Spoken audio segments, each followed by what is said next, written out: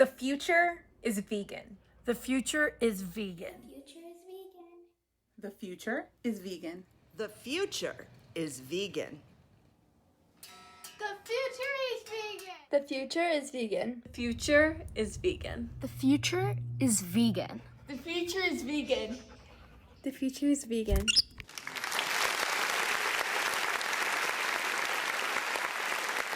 Hi everyone, it's Jessica and welcome to the newest episode of Jessica Talks Veganism. I'm so excited to film it today. And we're doing why I am ditching unsustainable palm oil. So there's a big difference between palm oil, generalized, and unsustainable forms that we can outreach, I guess. And unsustainable is really the goal that I am trying to separate between in this episode. So, producer, let's get to it. We're going to have a PowerPoint presentation on why we should ditch unsustainable palm oils. So let's get to it. So why am I ditching unsustainable palm oils? So palm oil is defined as an edible vegetable oil that comes from oil palm trees. So palm oil is found in around 50% of all grocery items in the grocery store. Kind of crazy though, but that doesn't make up the unsustainable ones. So let's get to the next slide. So the episode's core objectives are four main things. First, to educate on what palm oil is and what makes some forms of palm oil unsustainable. So my second goal is to speak on the environmental impacts of unsustainable palm oil. And then we're going to talk about why. Why am I giving up unsustainable palm oil and what really propelled me to make this change? And how does it align with my principle of substitution over restriction? And finally, I will be showing how conventionally unsustainable palm oil products can be substituted with friendly substitutes that may contain friendlier palm oils or not at all. So let's get to the next slide. So next, what is palm oil? So palm oil is a noun and is, as we said before, an edible vegetable oil that comes from oil palm trees. So palm oil is found in around 50% of all grocery store items. There are many ways to write or refer to palm oil on a nutritional label. So palm oil is not used often as a cooking oil as many people think, but it's actually used as a food processing agent or ingredient. And it is often used as a fattening ingredient. And that's why we see it a lot in nut butters that are very rich in fats, especially healthy fats, especially because they are nuts and healthy fats. So let's get to the next slide to see some examples of palm oil containing ingredients or derivatives. So this is a huge list of all the different types of ingredients, just a handful, well, most of them, I guess, of what we could see that also hints at this is palm oil. This is a derivative of this. And palm oils are typically higher in saturated fats, which you can see in the second picture. And to avoid palm oil, you want to look for their ingredients, and they can be found in the second circled of the second image. So very cool to keep in mind. There's a lot. You can pause here, take a picture, whatever you find helpful for you to keep track of these and to really to implement a better environmental policy within yourself. So let's get to the next slide. So let's define what exactly quantifies or what is unsustainable palm oil. So palm oil is unsustainable when it involves the unnatural cutting down of trees at, obviously, a very inexhaustible rate. It cannot be replenished very often. And this often comes at a biodiversity loss and a loss of habitat for many animals. So as we know, that's deforestation. So meanwhile, instead of giving up palm oil entirely, as I like to preach, the substitution versus restriction, you can opt for sustainable palm oils. There are palm oils that do not involve these harmful processes that wreak havoc upon our environment. So sustainable palm oils do not contribute to deforestation or an increased carbon emissions, and they also do not lead to a loss of biodiversity or a loss of habitat, especially for orangutans and tigers. So on the next slide, let's see the environmental impacts of unsustainable palm oil. So what are the environmental impacts of unsustainable palm oil? So unsustainable palm oil requires the cutting down of forests at an unreplenishable rate, as we mentioned, and this exceeds a sustainable yield. A sustainable yield is essentially the maximum number that we can take so that we can replenish it at the same numbers. This is especially applicable to fish, and it's referred to or alluded to often in Seaspiracy. And it's also known as this process, deforestation. So unsustainable palm oil can also lead to habitat and biodiversity loss. Before planting palm oil, trees are set afire. As we know, this is especially true in many environmental science curriculums. So this displaces tigers and orangutans, with many other examples. You can see in the image to your right especially, there's an orangutan being taken away from one of the rescue corporations, I believe, Corps, and they are bringing it to a rehabilitation center, which is very upsetting that we need to use these harmful practices when there are much friendlier alternatives. This is very true for veganism especially. So let's see on the next slide some pictures of unsustainable palm oil effects. So this is a very upsetting photo. We can see an orangutan, as we mentioned before, with the fire, as we talked about, with the harvesting and planting of palm oil ingredients. And then to your right, you will see on the top right a picture of a fire. As we talked about a little bit, they have to set these places afire to harvest the palm oil, unsustainable ones especially. And what looks like smog on the bottom left is actually a forest covered afire. So this is very upsetting, and you can obviously tell from a lot of these photos that there is the environment is wreaked havoc upon because of our choices, especially with palm oil, choosing unsustainable. And to your middle bottom, I guess, there's a picture of obviously the disrupted ecological results of choosing and harvesting these products. And Nestle, is, if you're not already aware, is very known and well renowned for their unsustainable palm oil efforts, and it wreaks extreme havoc upon our environment. So if you can, by any cost, and if you take anything away from this video, try to avoid Nestle if you can, because they wreak a lot of havoc upon the environment for creating the products that they do. They are not sustainable products in the least. So let's move on to the next slide. So why am I giving up unsustainable palm oil?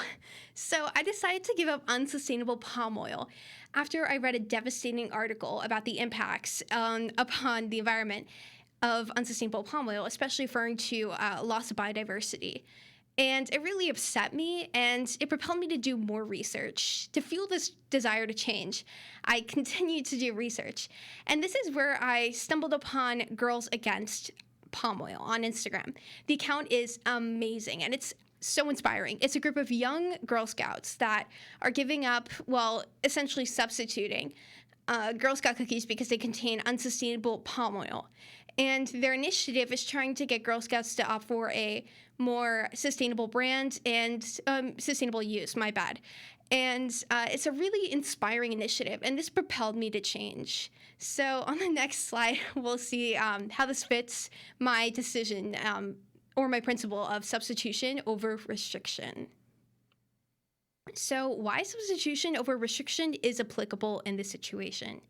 So instead of completely giving up palm oil, it is essential to find something that is in need of change. I can substitute other unsustainable palm oils with something that's more environmentally friendly. And, a lot of these don't come at the expense of taste. I can find options that, like a friendlier Oreo, that tastes exactly the same, but will provide me a little bit more security to my conscience, if that makes any sense. So I also had this dilemma when I was recently going to the grocery store, and a lot of nut butters, as we previously discussed, are rich in, contain a lot of palm oils. But palm oils are a fattening ingredient in a lot of these products, and I felt absolutely torn. It wasn't about the nutrition content that made me a little bit wary about getting the item, but I felt so bad about the unsustainable palm oil that I would otherwise be contributing to and supporting when I bought this product. We pay with our dollars, as we know, in a capitalist society.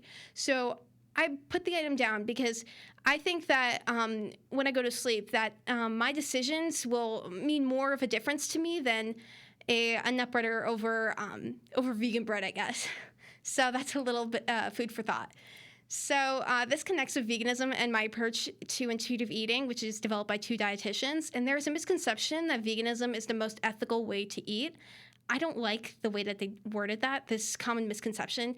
I don't like the idea of placing one ethical belief among people. I feel like it's an individualized kind of thing to find what speaks to you. And that's what I find so unique in everything. There's a beauty and diversity of opinions and of profiles. So I feel like that's a very important approach. So I don't really like the wording of ethical and the stereotype, but although there are things like unsustainable palm oil, that don't incorporate veganism, that don't tie it in. So I feel like we should be hyper conscious of, on a reasonable level about things like this that may be wreaking havoc upon our environment that we should be aware of and implement substitution over restriction in these situations.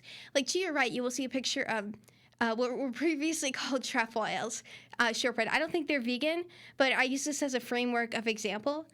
And to your right, you will see chessmen, which is a great substitute. That is, I don't believe it's vegan either, but that's besides the point of this video.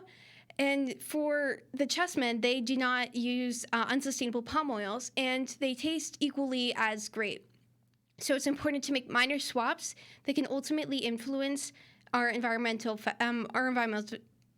decisions. My bad. So on the next slide, we will be discussing some examples of substitution with sustainable palm oils.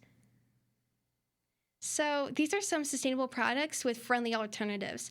So as we know, there was the chessmen example with the shortbread. So that's a great, easy substitution to make. And there's also Oreos. So there's something called Simple Truth, and they're a Oreo substitute that did not contain a lot of the preservatives and stuff that Oreos may otherwise contain. They taste equally as great to me. I'm a vegan, so I practically lived on Oreos for a long period of time. So I can speak from experience, but they're a great option and they can make me feel a little bit better about the choices that I make. So small things like this are really important. There's always an option that you can make, and this is why I stress it so much in veganism, because there's always an option that will taste great, that will also benefit the environment, benefit beyond ourselves. So there's an individualized approach to it where it will benefit us. We can feel good about our decisions, and the decision that we make in turn will also benefit the environment. So that's something to consider. So let's go on to the next slide, and you can see the core principles on the top. So which core value am I trying to stress? So the next switch we have are more unsustainable products with friendly alternatives. So Ritz crackers are also vegan. Kind of surprised me in the beginning. I like them a lot, very good. But I'm trying to find an alternative that uses less unsustainable palm oils. So for instance, the option to the right of it actually contains palm oil, but it's a sustainable form of palm oil. I think the difference between completely getting rid of palm oil in the diet and unsustainable palm oils are such a big part. It's really about sustainability with this. Sustainability for our environment and sustainability in the future of our diet. We want to make sure that our changes are sustainable so that we can create a great impact upon the world and continue our efforts. We want to promote something to other people that are sustainable so that everybody can approach this and make a great change. That's why I promote substitution over restriction. And to the next example, there's kettle chips. Those contain palm oil that's unsustainable. And to your right, you'll find Natural Chip Co., which actually contains, I believe, no palm oil or sustainable palm oil. So very, very cool. So I definitely have to try a bunch of these. So let's go into the next slide, guys. So I want to stress this a lot, especially when making a big change. So I'm constantly learning new things in my diet. My diet is very dynamic, and not just my diet, but even with myself. Like even in the beginning of my veganism, this account is really, this page is to document my journey. I started Jessica Talks Veganism with my website and all, when I was beginning my veganism, because I wanted to document my journey and allow other people to understand that and, validate these emotions that you may be feeling in the beginning of your journey, that you're not alone. I think there's a beauty to community in a sense, because, I like to apply this to even a running approach. It's very hard to run alone. But if you run with somebody else, they can make you laugh, and, it takes the pressure off of it. So this is the same with veganism. If you find a community that strengthens you and doesn't judge you on, not eating enough fruit, stuff like that, but is openly accepting, that's what I try to create here on this blog. So I'm always trying to learn more things, improve my language when I'm talking about other animals. Like, for instance, I remember I had this instance with an animal activist, and they kind of informed me about this, and I've since changed my language. So if you refer to animals as voiceless, I wasn't aware of this, but it is a very ableist term and about animals, because it can take away, it can seem that they cannot speak for themselves. So I've since redefined my language to find a better word to describe animals, sentient animal beings. So I feel like it's a complete learning process, and I think that's the beauty to it. There's no growth in in stagnance, if that makes any sense. There's always growth in finding change within yourself. So I'm always trying to change and benefit my environment in any way I can. And this means implementing sustainable options. That means for me substitution and not restriction. And I think that's such a beautiful mindset of growth that I really want everybody to adopt. It may take time, and I know this is why I stressed it in my article that when people struggle with eating disorders or disordered eating, take time off. And I don't promote veganism for everybody because I feel like that's a very one-sided, elitist view. So if veganism is not for you, then, my goal of my blog is to promote plant-centric meals, to, influence people to eat more plants. Then that's the end of my goal, I guess, to influence people to improve health, consider animal ethics, and a bunch of different things are my ultimate mission statement at Jessica Talks Veganism. So follow me on my journey. Let's go to the next slide. So thank you for watching. I appreciate you. You are valid and appreciated your feelings, and I hope this episode inspired you. So on the final slide, you will see all of my sources for this article. If we go to the next slide. So I always feel like a lot of people don't do this enough, and where credit is due, I'm going to give my citations. Everything I say is 100% fact-based, and I don't like to put out misinformation because I know that I used to believe everything I saw. And I want to offer a resource for younger audiences and older audiences that are fact-based, from reliable resources, and where you can ultimately trust it and grow in veganism and take my talks, I guess, Jessica TED Talks, very seriously. So thank you so much for watching, and I hope you have a great day.